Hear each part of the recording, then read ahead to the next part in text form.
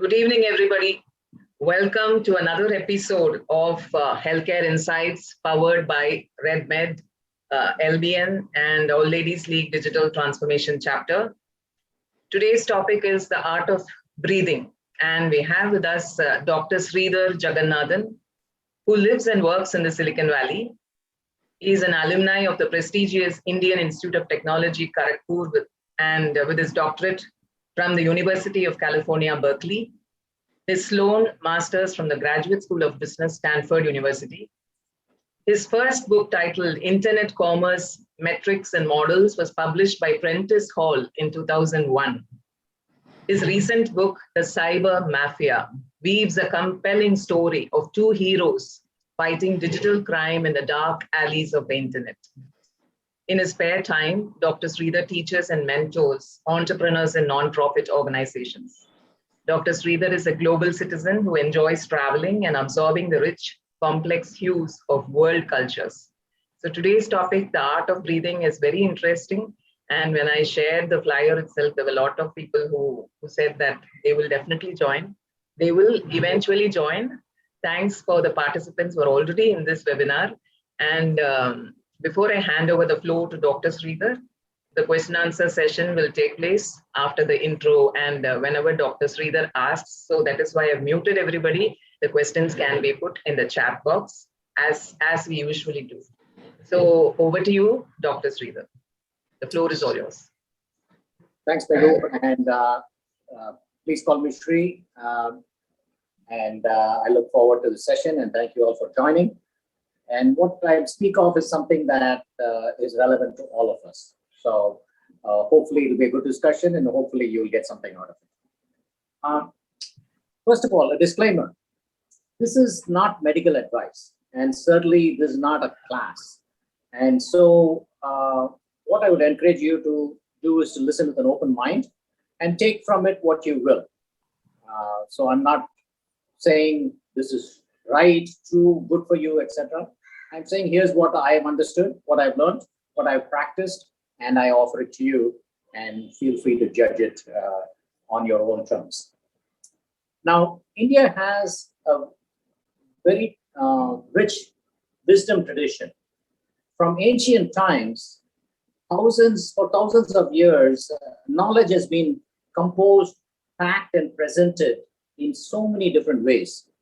And this we see in the form of Dharma Shastras and Natya Shastras and Yoga Shastras and things like that, in the rich compendium of mythology and other things. And in the tradition that we have in India, what has often happened is that knowledge has become embedded in many of these ways of representing life and spirituality and religion, etc., etc. As a consequence, as we in the modern age look at our traditions, it's often not clear where the wisdom is buried. And like you, many of I've also found facets of it appearing suddenly, and suddenly it reveals to us that maybe there are these hidden jewels of Indian tradition that we have failed to understand and appreciate in the modern age, and that the layers of colonialism, industrialization, our own ambitions and inclinations towards life has masked the richness of what has already been done. And therefore, we do ourselves a disservice when we don't appreciate what is there. This is not to say that everything that is there is automatically wise, automatically knowledge, and automatically applicable. So that's not what I'm saying. I'm saying there are facets there. For instance, we know that in the Vedas, there's a lot of mathematics. There is the formulation of the Pythagoras for triangle, the representations of pi, and so on. So, and obviously a lot of astronomy and other facets. Just like that, because of the nature of our traditions and because it had to be passed on orally, because we did not invent paper for a long time, we often have things which have been interposed with other materials, which look spiritual, which look religious, but often simply mathematics or logic and so on. So this is one such exploration. So I'm going to lead you down a path, and as I said, feel free to interpret it. Now, before we dive in, I want to give you a sense for how to understand such things. At the bottom, I want you to visualize a triangle. The bottom layer of the triangle is content. This content before used to be books and anecdotes and other things like that.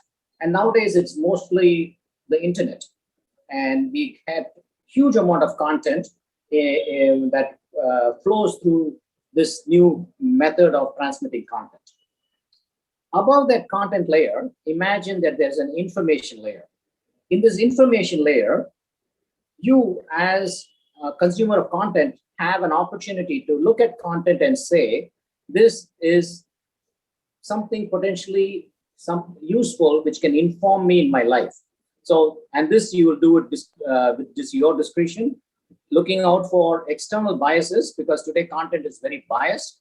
There is a lot of corrupted, manipulated, good, bad, and ugly stuff. And sometimes, it's kind of like digital sewage. So you have an obligation to look at the externality of content, and you have to watch out for your own internal biases.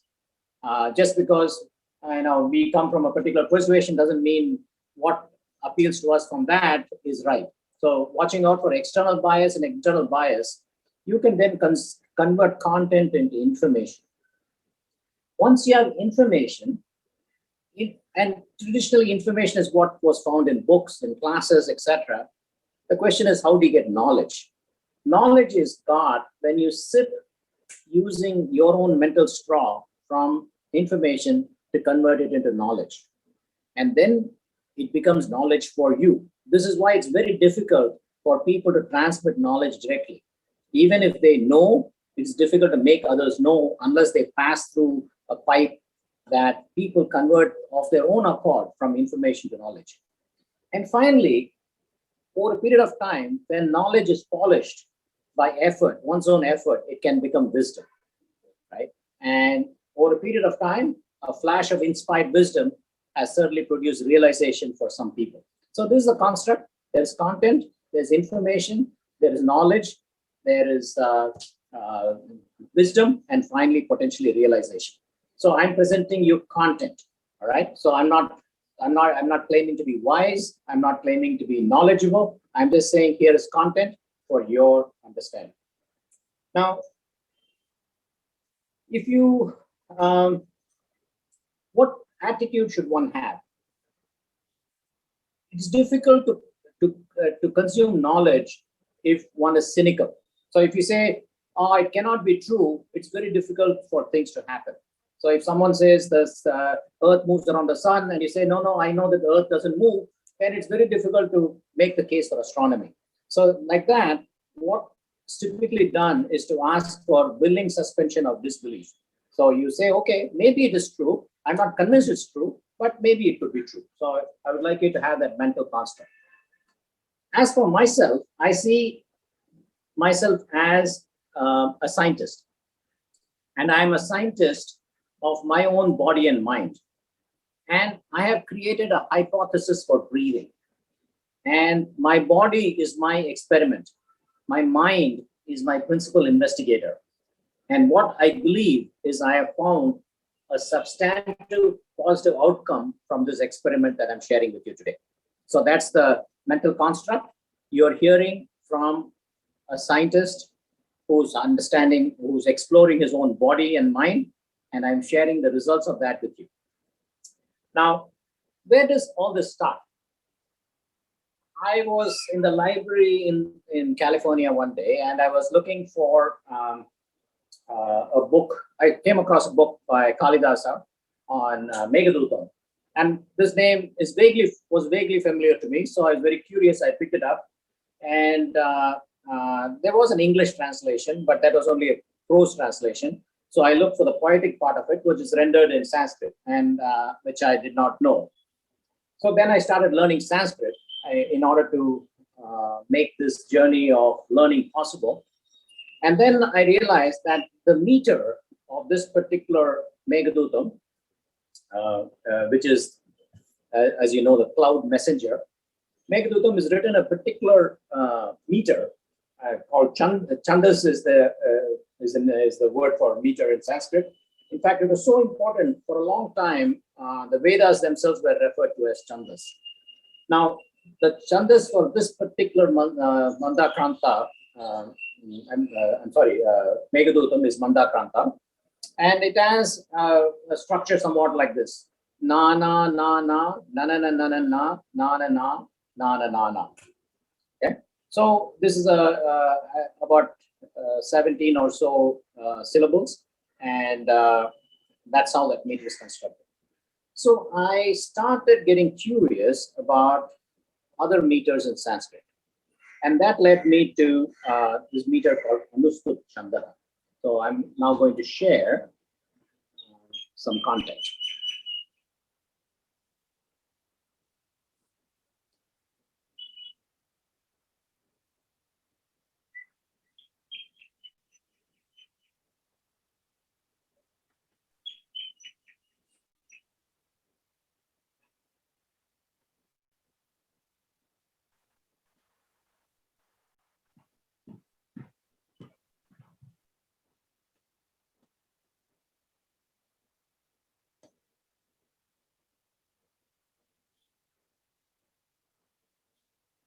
Can everyone see? Nego, can you see my screen? Yes, we can see Dr. Sridhar. Okay. We can see. So Anustubh Chandah is a 32 syllable meter consisting of 4 lines, each line consisting of 8 syllables. And it's attributed to Sage Valmiki. And the way the story goes is that a hunter killed a bird, which was, flying with its mate, and he killed the crane bird, and the mate died of sorrow, and he uttered this, which spontaneously came out in this particular meter called the Anustubh Chandah meter. And it is memorable because it's remarkably the most common meter in Sanskrit literature. It's used in the Mahabharata, the Bhagavad Gita, Ramayana, Vishnu Sahasranam. Almost 90 to 95% of all Itihas literature of Indian origin turns out to be in this meter. And the meter go is the first shloka by Sage Valmiki is presented like this: Ma nishada pratishtha tva gamaha sasvitvatihi samaha yat krauncha mitudnan dekam avidah kama mohitam. Right? You will find no rest for the long years of eternity, for you killed a bird in love and unsuspecting. So as I looked into this meter, something struck me. And these were days when I was learning Carnatic music as well. And one day at around 4:30, 5 o'clock, I jumped up and said, this has got to do with breathing. It came to me spontaneously. So I cannot tell you that,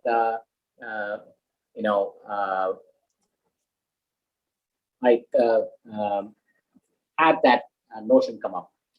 Meghu, my camera went off. Let me just see why it did that. Yeah, you can turn it Can on. you spotlight me on the camera? Yeah, okay. Or do I have to do something? You just turn it on. Okay, I thought it was on. I think your camera is off. Oh, okay. You are spotlighted. Yeah, we can see your thumbnail actually. Okay, now it's okay. All right. Yeah. So, I said earlier at 5 o'clock, Anustubh Chandah has breathing formulas embedded in a shloka. At this point, it was just a hypothesis. An idea just struck me. Is it possible? So what is Anustubh Chandah? It is a simple construct, and I encourage you to tap or hum or whatever you want along with this. It goes like 1, 2, 3, 4, da, dum, dum, da. 1, 2, 3, 4, da, dum, da, dum. 1, 2, 3, 4, da, dum, dum, da. 1, 2, 3, 4, da, dum, da, dum. Now, Anustubh Chandah turns out is a class, is a meter class, and it has some 32 some variations, out of which this particular one is a derived one, and sometimes called the shloka meter. So now, with this hypothesis, I said, what about, what if we overlay this on breathing, right? Which is the hypothesis that I have. So there are three ways of breathing. You might know this already. All breathing is obviously you take air in and you breathe carbon dioxide out, etc. But there are three ways in which you can do it. One is to breathe when you're taking breath, your abdomen expands, and when you exhale, your abdomen contracts. That's pattern one. Second pattern is you can breathe with your chest, so you consciously expand your chest, and then the rest of the diaphragm, the abdomen, etc., behave accordingly. And the third one is something called reverse abdominal breathing, where you can suck in while you're suck in your abdomen when you're breathing in, and let it go when you're breathing out. The reverse abdominal breathing happens when you suddenly catch your breath, when you're surprised, and you'll see suddenly you see something, you'll see and your abdomen will go in when you're breathing in air. It is an important technique in breathing. It's particularly the Chinese have referred to it as being very significant. And of course, we have many huge traditions of breathing that we are not going to explore. In any case, in the way I've illustrated this, it's the first one, which is you take air in, you let your abdomen expand, and you reverse it on the cycle. So of the 8 steps, so I would just want you to follow with me. As I say, 1, 2, 3, 4, you just let you breathe naturally. 1, breathing comes in, the diaphragm contracts, the rib cage rises, the lungs expand, the pressure falls in the lungs, air enters the lungs, the diaphragm descends, the abdomen expands. This is the intake cycle. And the reverse is you start breathing out, the diaphragm relaxes, the rib cage falls, the lungs contract, the pressure rises in the lungs, air exits, and gradually the abdomen contracts. Okay. So this is our natural breathing cycle. This happens all the time, right? There's nothing unique about this. What is remarkable is, however, the fact that of all things we do in life, there is probably nothing more significant than breathing. Arguably, if we don't breathe, we are dead. Now, funnily enough, no one actually teaches us breathing. So the question arises, do we know how to breathe? And it seems like a ridiculous question. But let me give you a thought experiment. Let's say you went and bought a new car with manual transmission, and you take possession and you drive along for 5 years, and one day you go back to the showroom and the guy says, how do you like the car? And he says, oh, not bad, I've been using gears 1 and 2. And he says, what about 3 and 4? And you say, oh, I didn't know they existed, right? So breathing is somewhat like that. It turns out that most of us in some ways don't know how to breathe. Now, the question I asked is, what if we overlay the shloka pattern of Anustubh Chandah and start breathing like that?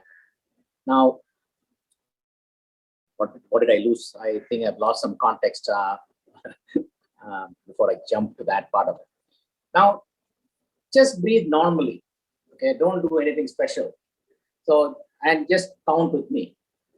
1, 2, and you don't count. I'll count. You just breathe and breathe in and breathe out. So on 1, you start breathing. 1, 2, 3, 4. Exhale 5, 6, 7, 8. Now you'll find that most of us breathe like this most of the time. Our inhalation cycles are like this, 1, 2, 3, 4. And then our exhalation cycle is 5, 6, 7, 8. What we are not doing is breathing deep. We autonomically breathe 12 to 20 times a minute. And obviously, if we start exercising, it starts deepening. But deep breathing is so important for our body. It increases oxygenation, it produces relaxation and stress reduction, and starts building the muscles associated with breathing. And it's so important since we are all living longer and we are leading more and more stressful lives, that we know how to breathe properly. So now I'm going to ask you to breathe with me on this count level, right? As I say 1 up to 8, I want you to inhale and then exhale when I start 1 again.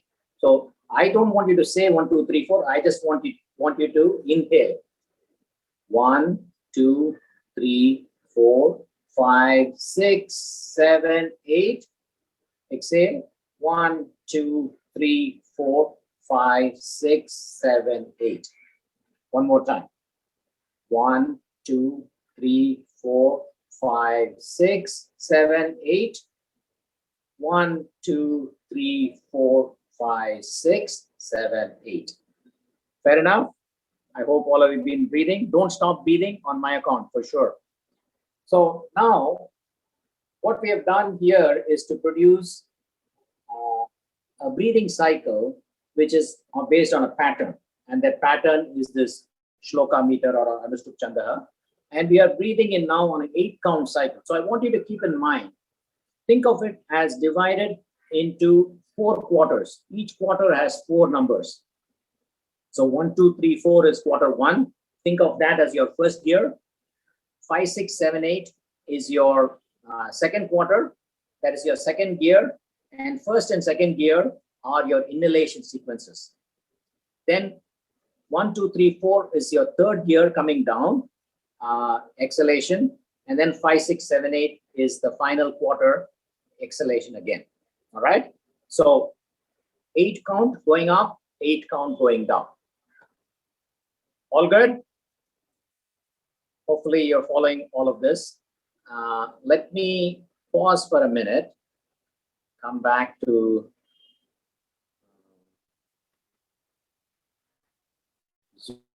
Zoom.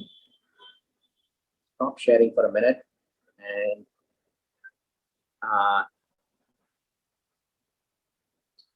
Meghu, let's see whether there's anyone who's got an acute question that they're not sure what the heck I'm doing. Yeah. Participants, you can type your questions into the chat box. You have any questions here? Are we clear about the breathing cycles which doctor was talking about? The 1, 2, 3, 4 and the 1, 2, 3, 4, 5, 6, 7, 8, both the cycles. Any questions, you can put it in the chat box. Are we clear here? Probably a few of you can reply. Is it clear, everybody? Can we go on? Good. All right. Yeah. Awesome. All right. Let me just continue then. Somebody wants you to chant aloud the Anustubh Chandah.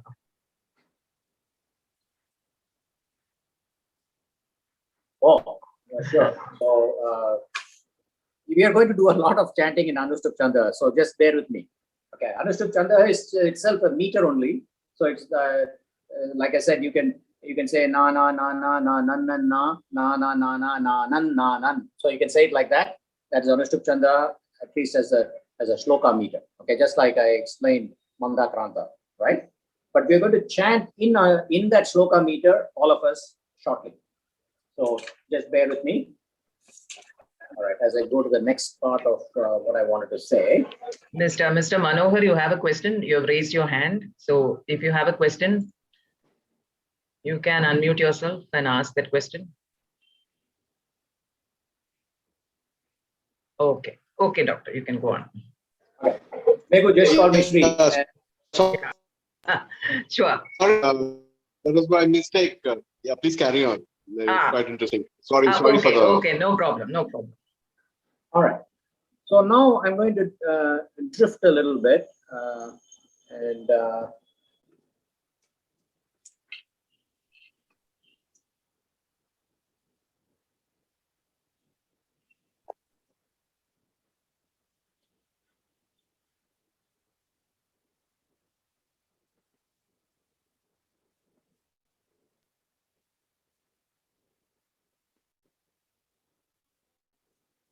all right, now that you got the basic understanding of what I'm trying to do, let's get into, this is a typical shloka, and you all have, I'm sure, heard thousands of these things. And what we are going to do is to demonstrate something new and unique. So far what I've said is, here is Anustubh Chandah. This is how it feels. and it looks like you can apply it to breathing, right? But now I'm making one huge leap. I'm saying that maybe the people who did this, who decided to utilize Anustubh Chandah or the Shloka meter for Mahabharata and Ramayana and so on, this we are talking about thousands and thousands and thousands of verses, like almost 90 plus 90, 95% of all literature in our tradition is done in this particular meter. So I was curious, why did they do that? And my feeling was, well, maybe what they wanted was, well, they, somewhat euphemistically, but let us say there's a standard developed that if you did it this particular way, and remembering that we were a very oral, tradition, right, where things transmitted by sound, that maybe they imagined that people would have a favorite shloka of their own, and they would chant or imagine that shloka, and maybe they were encouraging them to practice that shloka mentally while breathing properly. So that's the second thrust of the hypothesis. So what if you have shloka and Anustubh Chandah and you add breathing to that shloka, right? That's the key construct here. So I'm going to illustrate it in a few ways, right? And once again, this is very secular. The idea is not to say Hinduism was great or anything like that. All I'm saying here is there are phrases which are occurring here which have that 8-beat cycle. And I'm going to show, a variety of such things. And it can entirely be, by numbers, like you can do 1, 2, 3, 4, 5, 6, 7, 8. You can do it in, I have constructed one English shloka, for instance. It's not religion. It is just a matter of, practice. Okay. So just bear with me. While I might say Narayana, I'm not saying, you bow down to Vishnu or anything like that. I'm just using it as the natural construct of aksharas which fall into this pattern. Okay. So if you'll see the shloka at the top, Narayana, Narayana, Narayana, Narayana. Okay. So I'm saying this is Anustubh Chandah, which it is. I'm saying this you now incorporate into your breathing. But remember, the most important part is you should not say anything aloud, or you should not say it. If you say it, your breathing pattern is interrupted because your air will now come out of the mouth and you want to avoid that. So the only thing you have to do is to mentally say Narayana along the way I've written it and follow the pattern that you already know, right? So here we go. So I'm going to say it. You can imagine it, but please don't say it, okay? So on the first 8, you're going to go up. As we said, 8 counts, inhalation. The next 8 counts, exhalation. The next 8 counts, inhalation. The next 8 counts, exhalation. So when I start with Na, I want you to start inhaling as if it's the count of 1, right? So here we go.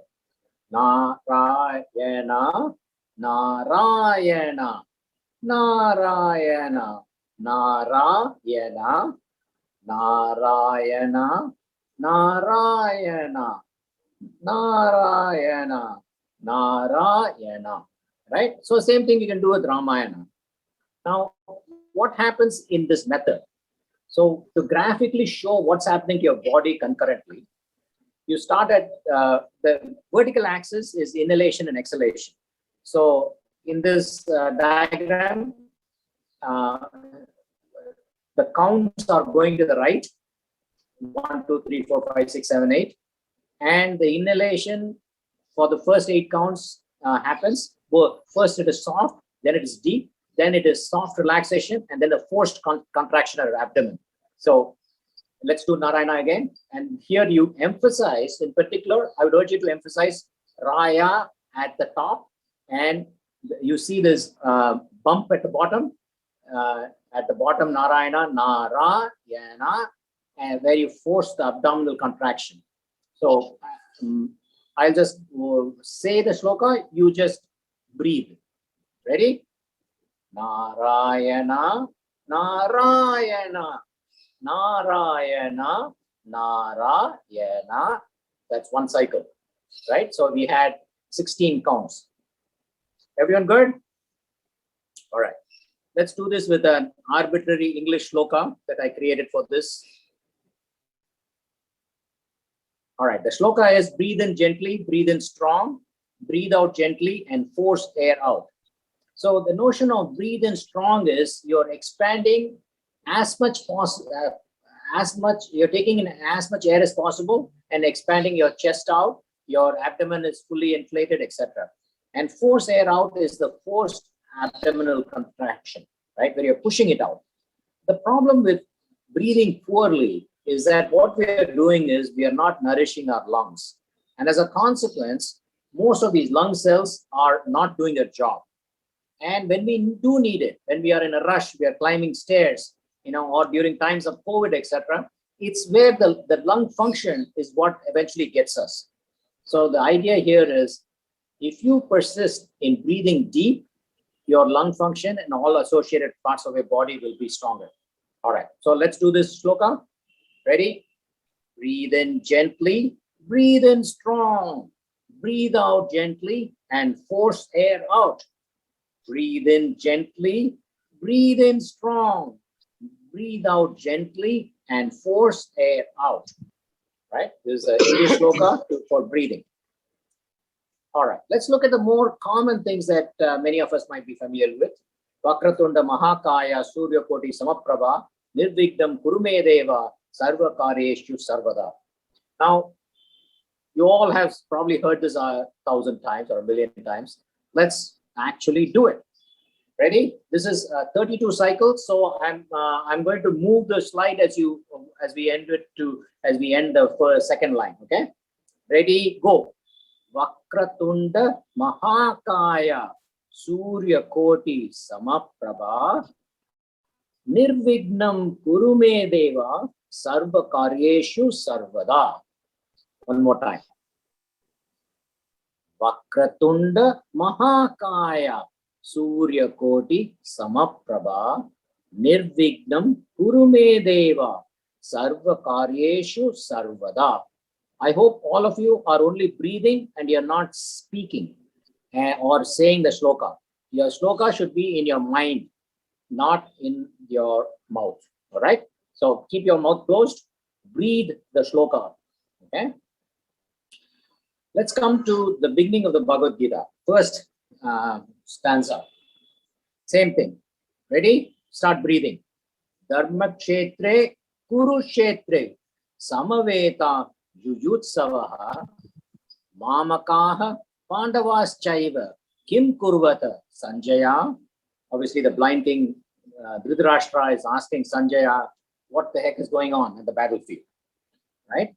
So this is the construct of how most of these shlokas, and as you have this pattern in mind, you'll suddenly see that, oh my gosh, it's all falling into place, and you hear something and it starts resonating. So that is the beauty of this construct. In fact, I've now been practicing this for about 5 years. I must say that I consciously breathe now with this kind of structure, maybe 20-25% of the time. It's there in my mind all the time. And occasionally I may put a Vishnu Sahasranamam and I walk to that sequence, right? And I can actually feel the pulsation of the beat, and it forces my breathing to a certain regularity. So much so that I feel qualitatively that my breathing has become extended, my breathing has become softer. So feel free to try it out and see whether these things happen for you. So now we are going to, I'm going to pause again before I switch gears again. So let me see how to do that.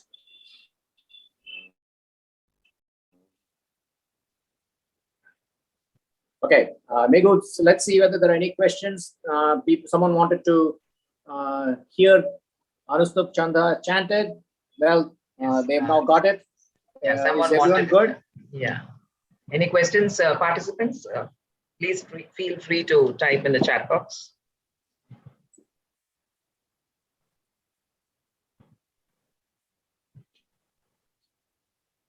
No, Anustubh Chandah is not Mandakranta. Anustubh Chandah is a different meter than Mandakranta. As I said, Anustubh Chandah, at least a shloka meter can be rendered as na na na na na nan nan na na na na na na nan na nan. Whereas Manda Kranta is na na na na na na na na na na na na na na na na na. That's that meter construct.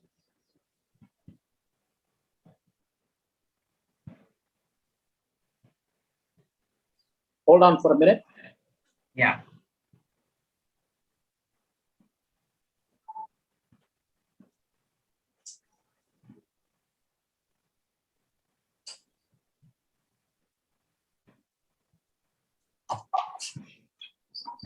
Since that question was asked, I wanted to chant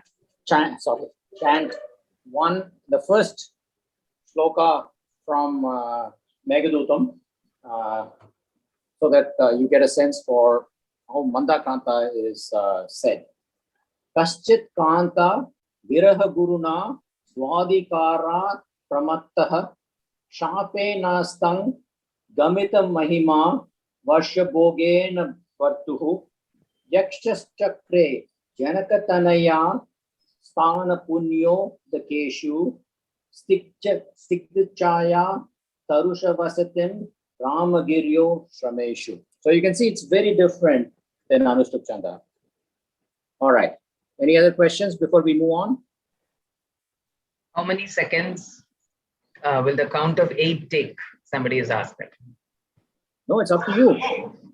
It's absolutely up to you. And what I would suggest is you experiment and make it as slow as possible. What our rishis have said is, don't rush the breathing. It has to be very slow. It has to be very gentle. And then you'll get the maximum benefit. So slow down your breathing is what people suggest in general. So you change it. I have a recorder where I can change the audio speed. So I often slow it down so that I can try various cycles in terms of speed. So that thing went quickly. I couldn't read the chat. I will read it out to you. So no, I got that. Anustubh Chandah, 26 Sanskrit meters. Well, there are more than 26. There are, I have heard of thousands. There's talk of 600 some meters. Certainly in the current era, it is tangibly fewer, but we have far more than 26. But I'm not saying all meters are breathing meters. I'm actually pointing out that maybe Anustubh Chandah is the only breathing meter, and that is why it is so prevalent. It's a hypothesis. But in a way, my hypothesis does not matter. I want you to separate the question of why it is so. Why has Indian, let's say, heritage, Sanskrit heritage, adopted Anustubh Chandah? Why did all the poets mostly write in this? Why did Valmiki compose it almost entirely in Anustubh Chandah, etc.? That's an interesting question. I have a hypothesis that they said, oh yeah, you can, many of you will know only 1 or 2 shlokas, so you can just keep it in your mind and breathe normally or breathe efficiently. Is a hypothesis, but in a way it does not matter. What I'm urging you is be a scientist of yourself and explore it, see if it works for you, and if it does, great. Doesn't matter what Valmiki did, right? And that's how I approach it. I find it has tremendously benefited me personally, and I recommend it to you to try. All right. Any other questions? Is there a definitive verse describing Anustubh Chandah, Anustubh anywhere in the Shastras? Yeah, there is actually a detailed definition. In fact, as I said, Anustubh Chandah has a platform. You can have variations out of this 16 Akshara construct. The rules for Anustubh are specific, that there is no regulation on the first 4 Aksharas. There is regulation on the first line. There is regulation on the second 4 Aksharas of the first line. There is no regulation on the first 4 Aksharas of the second line. And then there is a regulation of the last 4 Aksharas of the second line. So that's how it's constructed. And there are a bunch of variants that, you can certainly find more information on. So, and I'm sure there are people, and I see people sharing websites and content. So I'm sure there are people more knowledgeable than I am. So feel free to share and learn more from each other. I'm going to jump back so that we don't lose, time. So I'm going to continue back to my slides.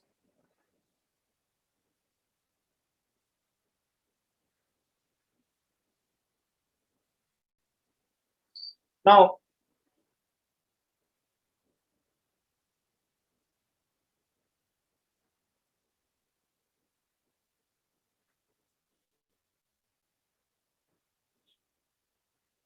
all right.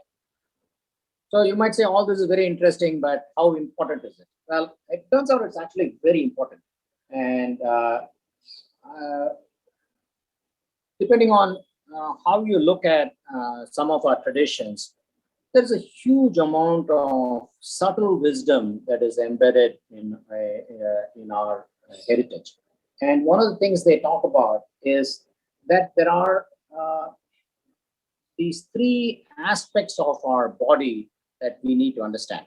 So one is called the physical body, stula, our stula kosha, or the physical body.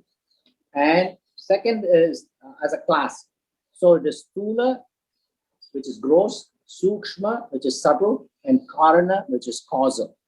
Right? That there are these three koshas or sheets around, and in the stula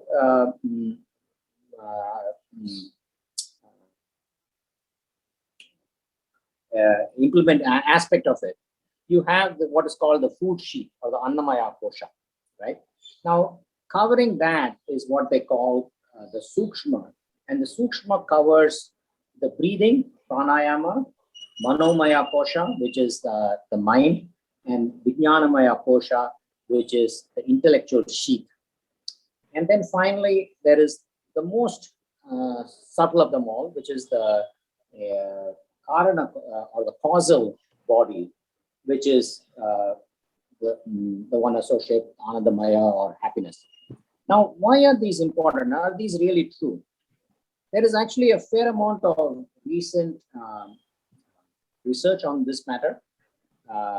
There's a general nuance associated with consciousness, about functions during sleep, what happens to the brain, and so on. And so this is a matter of deep thinking. This has been a matter of thinking for thousands of years in Buddhist and Hindu traditions. So this is not something that is coming out of thin air. So it is remarkably true that in particular, Buddhists and Hindus have been thinking about this for a really long time. And same is true to a more limited degree in the Chinese tradition, that this notion of breathing is intimately connected to the rest of our body, not just the physical gross body, but all the way into what it does to our inner functions. So we'll talk about this a little bit more. Let me jump to.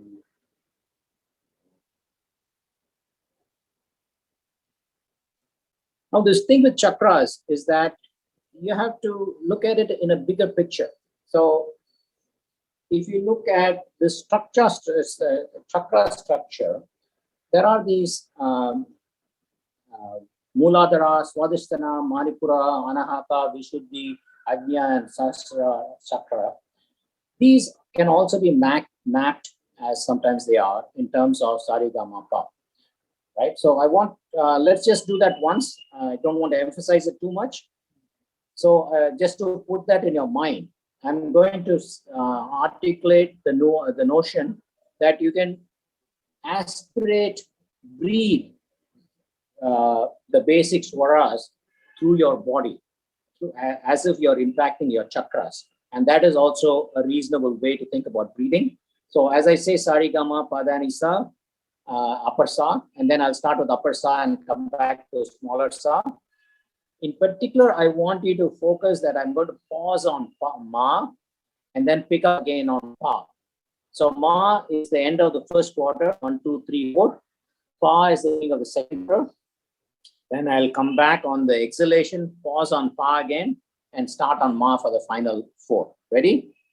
Sa, re, ga, ma, pa, da, ni, sa, sa, ni, da, pa, ma, ga, ni, sa.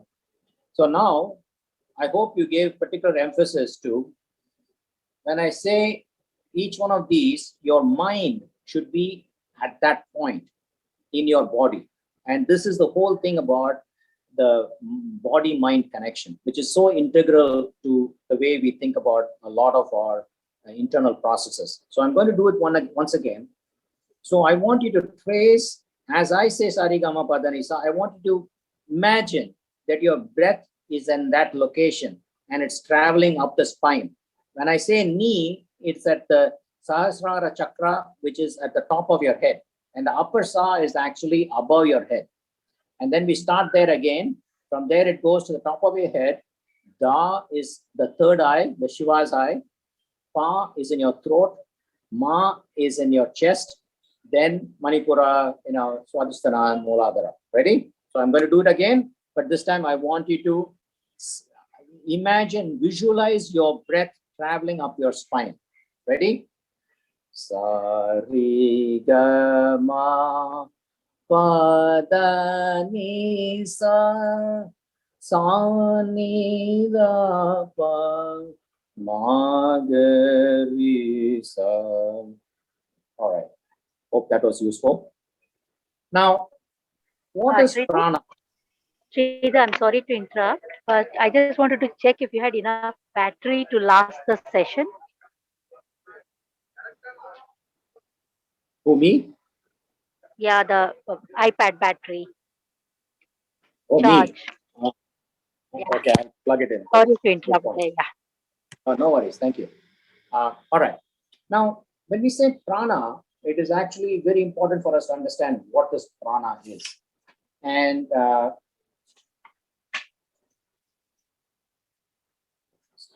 okay, so by prana, actually, what is described in our literature is that it's a life force. It's not just oxygen. Unfortunately, Western traditions have brought us down to, you breathe, you're breathing in air, it has got oxygen, and it's consumed, and carbon dioxide comes out. Unfortunately, that is a way too simplistic understanding of what is actually happening. In a very subtle and fundamental way, there is an energy transference which goes on between the outside world and the inner world. And as we appreciate that transference of energy, you'll find that you can actually activate, energize, and feel the various aspects of your own body. Okay, and this is very, very true in the Chinese tradition. They call it, I practice Qigong there, and the Qi is that energy that they believe it manifests itself from the outside world into the body, which you release out again. Now, Chinese practices have evolved for somewhat independently for a few thousand years, and they are remarkably aligned to the ways we think in terms of what does it do internally. We describe it differently, but there is enough validation of this system of knowledge. So what we say pranayama is, I call it the regulation of breath rather than control. Some people call it control. I think it's less about control and the fact that you're operating your vehicle properly. It's taking the right amount of fuel. You're using the right gears, and it's doing what it's supposed to do for your body.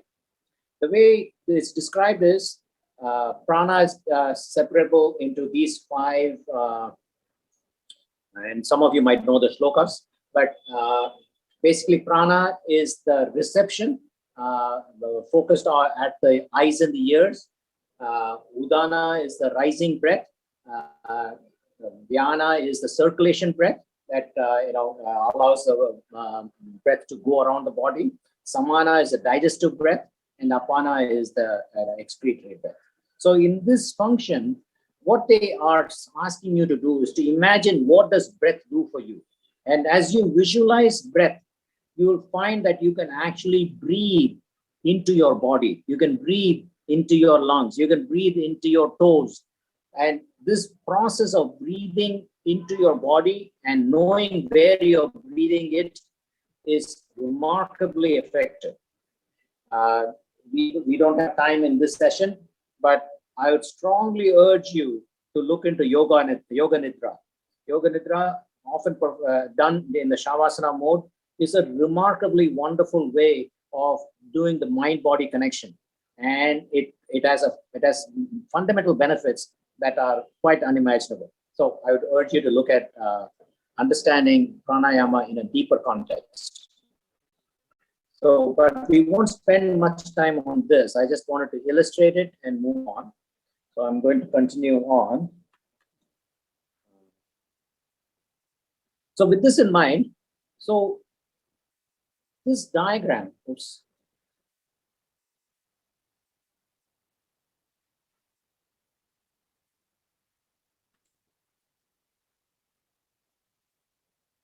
Am I sharing properly, Meghu? Yeah? Yes, we can see. Okay. So this Ashtanga Yoga's diagram is well known, but I think it is not well appreciated. And it's, we all say, when we say yoga, we jump into, oh yeah, asana, and I can do the warrior pose and things like that. I think the important aspect of this 8 limbs of yoga is not so much the construct, but the utilization. Each one of these layers has got a very important connection to the layer below. And if you, let's say, look at pranayama, which is where our focus is today, when you do the kind of breathing that I'm talking about, as I practice my asanas, when I regulate my breathing the way I'm imagining it, as I said, Vakratunda, Mahakaya, or Narayana, whatever pattern I do, I find my asanas come out much easier. The reason is, in asanas, you are not trying to control your body using your muscles. Your focus is on adopting a shape and letting your breathing move your body into posture. So you never pull yourself into a posture, you let the breath move you into the posture. So you will find practitioners of yoga, that many of you might be, that try this breathing pattern out and see what it does for you. You might find that the body starts relaxing into that, deeper into the stretch. Now, I mentioned briefly Yoga Nidra. Yoga Nidra is a process of attaching the mind to the body and then detaching it. Pratyahara is a very important aspect of, spiritual liberation, but it is equally effective to achieve physical liberation. So, if you practice pratyahara in the yoga nidra sense versus pratyahara in the sense of detachment from, let's say, wealth and family and so on, you'll find that you have a new relationship to your body, that your mind is the controller, that your body is an instrument, and the mind can control the body. So I strongly urge you to look at yoga nidra practice and have that approach to pratyahara. And that makes other things possible. So now we come to the Gayatri Mantra itself. And this obviously is, it's the most important, etc., etc. I'm not focusing on the spiritual aspect of it. I'm just going to focus on how this mantra is easily usable on a daily basis. Now, the original Gayatri Mantra occurs in the Rig Veda, and it is a 24 Akshara shloka. But someone somewhere has made this into a 32 cycle. And they basically did it by adding the first line, Om Bhur Bhuva Swaha. So I'm going to, and now you're all experts at this. And obviously, this is a very neutral saying. I mean, there's no specific deity or anything. It just says, I meditate upon the radiant divine light of spiritual consciousness and hope it does something for me internally, right? So we're just going to say it. I'm going to say it. I just want you to breathe it, okay? And we're going to do just what we did before. So ready? Go. Om Bhur Bhuva Swaha Tatsavitur Parenyam Vargo devasya dhimahi Diyo Yonah Prachodayat. Once again, Om Bhur Bhuva Swaha Tatsvitur Varenyam Vargo Devasya Dhimahi Diyo Yonah Prachodayat. Now, if you do this, and I encourage you to kind of do it while you're lying down, do it when you're sitting. You can be watching TV and practice it. You can be taking a walk and you can practice it. And you'll feel this kind of butterfly effect that things are just coming in so smoothly and going out so smoothly. I just named it as butterfly breathing. So it's certainly up to your imagination as to how this performs. But what I found was, let's say that this thought resonates with you, that this notion of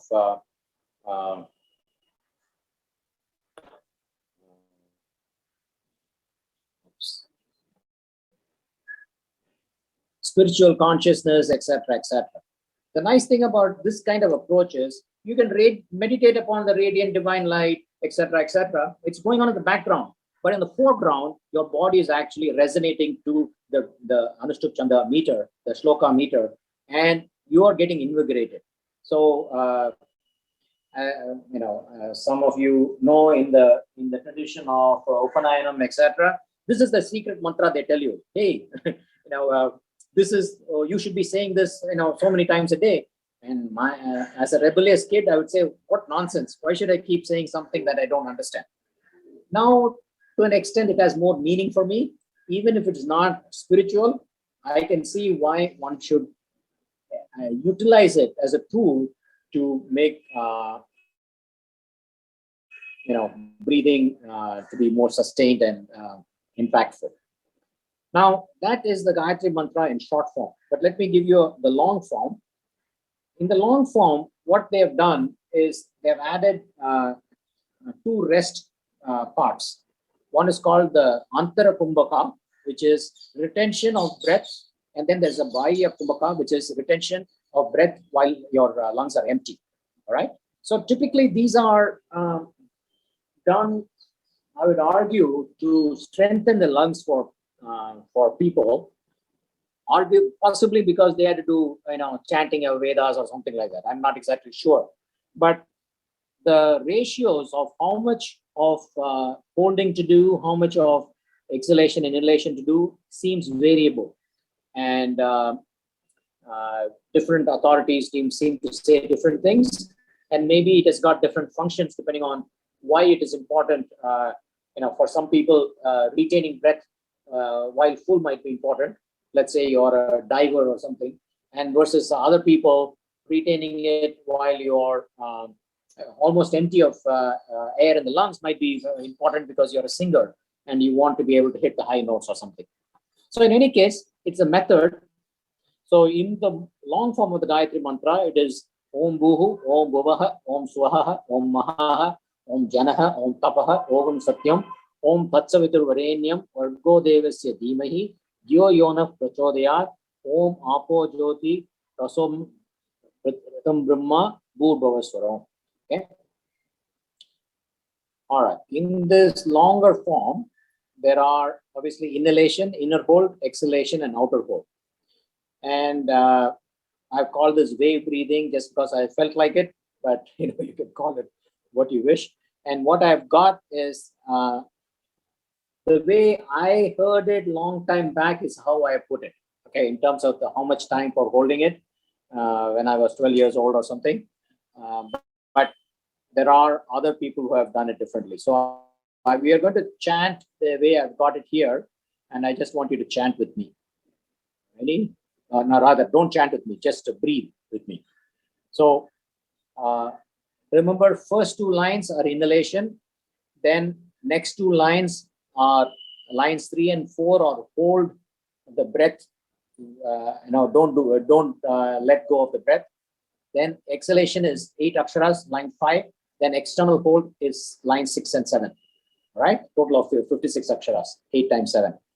So I'm going to say the mantra. I just want you to breathe. Ready? Om Bhuhu, Om Bhuvaha, Om Swaha, Om Mahaha, Om Janaha, Om Tapaha, Om Satyam, Om Tatsavitur Varenyam, Vargo Devasya Dhimahi, Yo yona prachodayat om apo jyoti rasam amrito brahma bhurtuvasvarom. Now that might have been a bit complicated. I'm going to do it again. I'll do it a little bit slower. And I'll also say hold, exhale, things like that as a marker. All right. Inhale. Om Bhuhu, Om Bhuvaha, Om Swaha, Om Maha, Om Janaha, Om Tapaga, Om Satyam. Hold. Om Tatsavta Varenyam, Vargo Devasya Dhimahi. Exhale. Yo Yona Prachodayat. Hold. Om Apo Jyoti Rasav Amritam Brahma Bhutvarasvaram. So that is the full cycle, and it looks like that.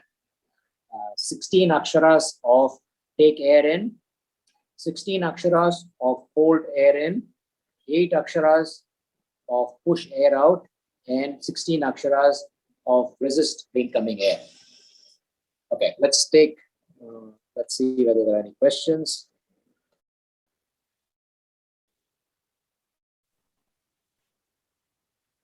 All right, any questions?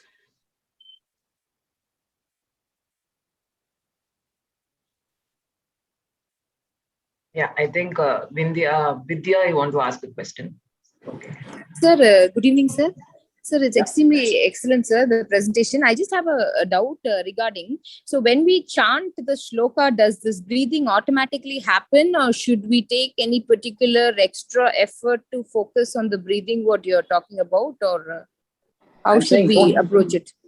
I'm saying don't chant. I'm saying Don't chant. mentally. Yeah, don't chant. I'm saying mentally imagine the shloka. Breathe, don't chant. Wow. Okay. And what is external hold, sir, then means? What is external hold? What does external hold means in terms of the breathing, what you had just told for the last 2 lines? You're not breathing. You're not breathing yet. You've exhaled all the air. There's no air in your body, but don't breathe. That's the external kumbhaka. Right? Okay, so as a practice, you're asking us to do this, imagine the chant and just breathe as per your whatever you've told us. Yeah, I'm just saying don't breathe, because if you breathe, then the whole thing will break down. You just imagine, choose any shloka that you want, that you like. Yeah. And let it run like a recorded thing again and again in the background of your mind. And you breathe against that shloka pattern in this rhythm. Oh, okay. Fantastic. Thank you so much, sir. Thank you for that clarification. Thanks a lot. Thank you. All right. Anyone else? Otherwise, we are going to go to summary.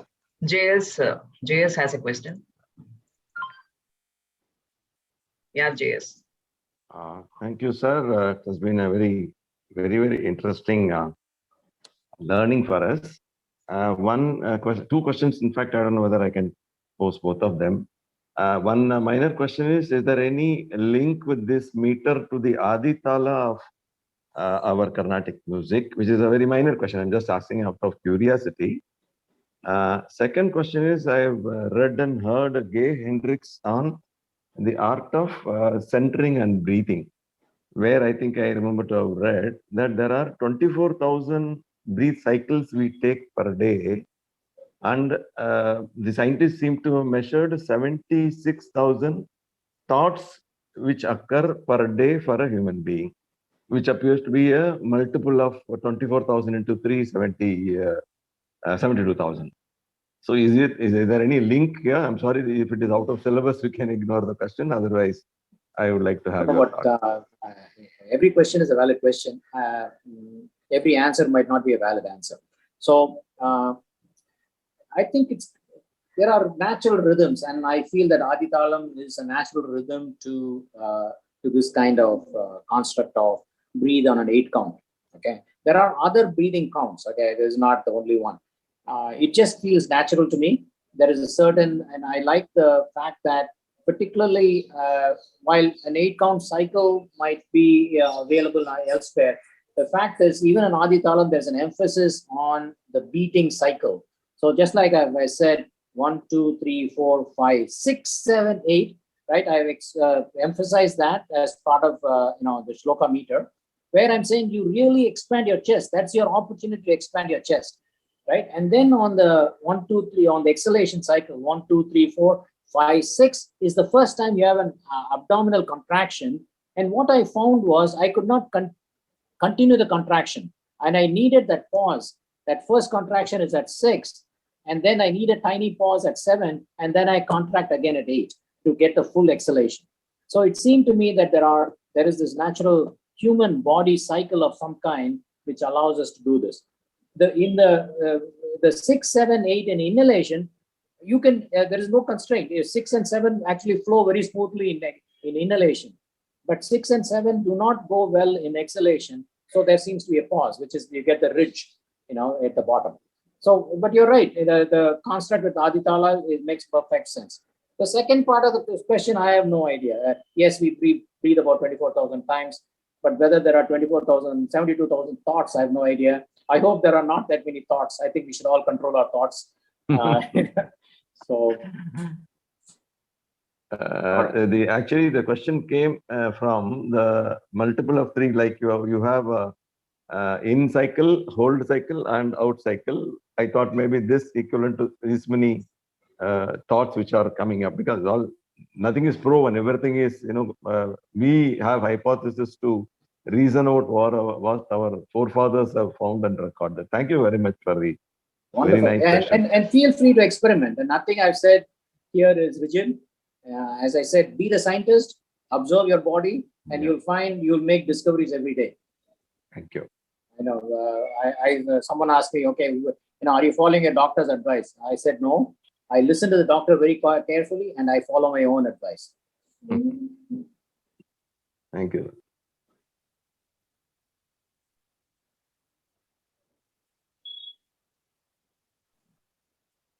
Yeah, you can practice this anytime. I practice it when I'm awake. I find I fall into that practice quite naturally. Initially, I would say, okay, I haven't done this, but after some time, it feels very natural to me. It just comes. I find I'm breathing on an 8-count cycle like this. All right. Meghu, if there are no other questions, I'm going to summarize. There are some comments here. So okay, quickly. There is Smita Sangvi who wants you to demonstrate it. So demonstrate please demonstrate it for us. Demonstrate what? That's what we've been doing. Smita, do you want to ask that question? What am I demonstrating, Smita? Okay, I think Mr. Nagaraj has raised his question. No, Smita, ask your question. I didn't understand what your question is. Hello.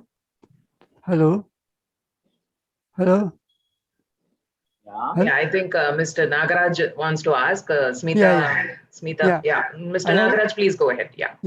I'm audible?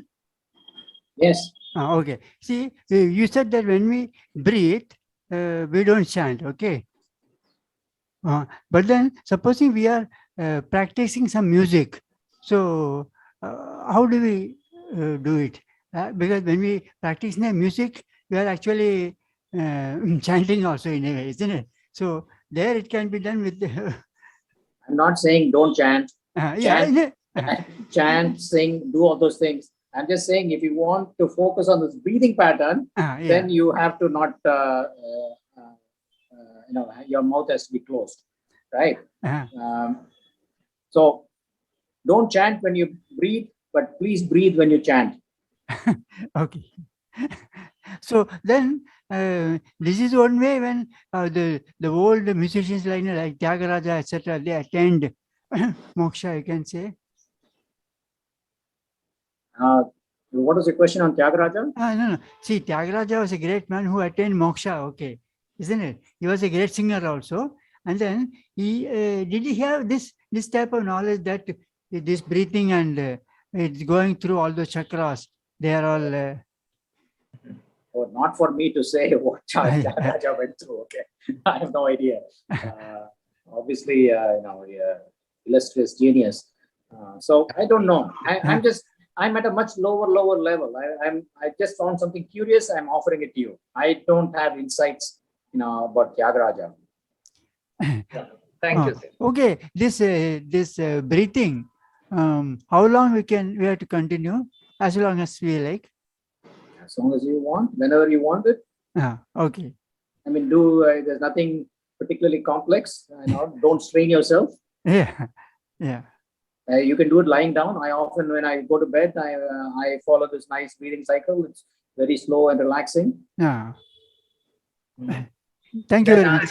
Thank you, sir. Thank you so much, sir. That answers Gargi Advaiti's question also. So you recommend we practice this anytime, not necessarily only when we sit in a Padmasana. So I think that. No, not at all. Yeah. Not at all. As long as you breathe, you might as well breathe right. And what I'm asking you to explore is whether this is a good thing for you. Yeah. Okay. All right. Meghu, I've got to wind up and unfortunately I have to rush. Okay. Sure.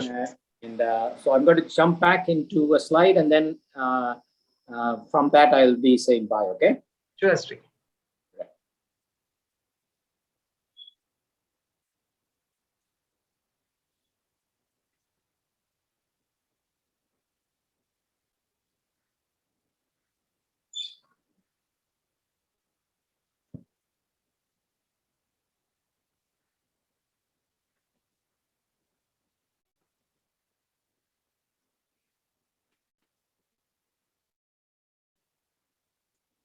All right. So I just wanted to summarize. So as I'm saying, go mental with shloka and keep for this method, keep your mouth closed. Imagine some shloka. It can be as simple as 1, 2, 3, 4, 5, 6, 7, 8. In that model, it is 1, 2, 3, 4, 5, 6, 7, 8. 1, 2, 3, 4, 5, 6, 7, 8. English shloka, breathe in gently, breathe in strong, breathe out gently, and force air out. Narayana, Narayana, Narayana, Narayana. Vakratunda Mahakaya Surya Koti Samaprabha Nirvignam Kurume Deva Sarva Karyeshu Sarvada. Dharmachetre Kuruchetre Samaveta Yuyutsavaha Mamaka Pandavaschaiva Kim Kurvata Sanjaya. So you can essentially peloton to shlokas on YouTube if you want. Search for Bhagavad Gita, Ramayana, Vishnu Sahasranamam. It's amazing how many of these are all Anustubh Chandah in this meter. Listen to it and change speed. When you're walking, you can try it out. You can say it mentally, and you'll find that your body starts to get into gear. This breathing method is secular. It's not based on Hinduism, although we have used some examples from Hindu shlokas. All these wisdom traditions, Christianity, Islam, Hinduism, etc., have a lot to offer us. So, for instance, I see the namaz that Muslims do. It's a beautiful yoga 5 times a day, and there's no harm in practicing other people's wisdom traditions. Christianity has the 10 commandments. It's a wonderful tradition. So I would say we should learn from various sources.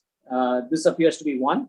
I practice Qigong, as I mentioned, and Qigong has got some wonderful exercises for the body and the mind, and focusing on the energy from outside and energy into the body. So I'd certainly encourage people to look at things broadly. The underlying platform of the meter provides a systematic method for elongated and emphasized breathing. It requires the mouth to be closed. Do not vocalize.